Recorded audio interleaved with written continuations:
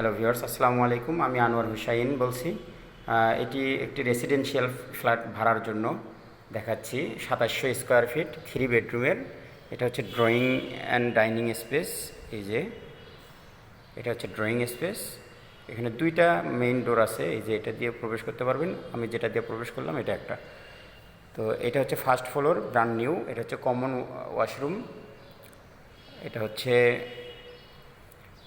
Guest bedroom. Guest বেডরুমের সাথে washroom আছে। এই যেটা হচ্ছে ওয়াশরুম।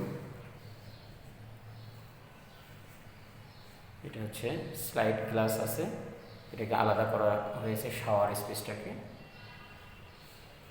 এরপরে এটা হচ্ছে কিচেন রুম। কিচেন হুড লাগানো আছে, কিচেন ক্যাবিনেট করা আছে।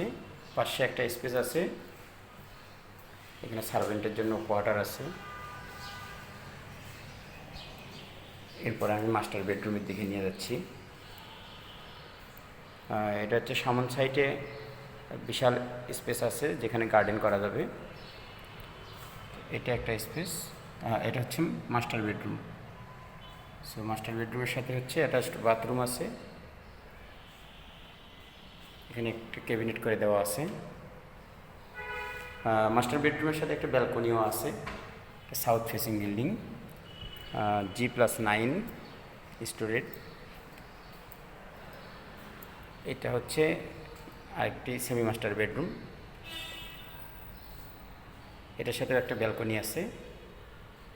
আর এটা হচ্ছে অ্যাটাচড বাথরুম।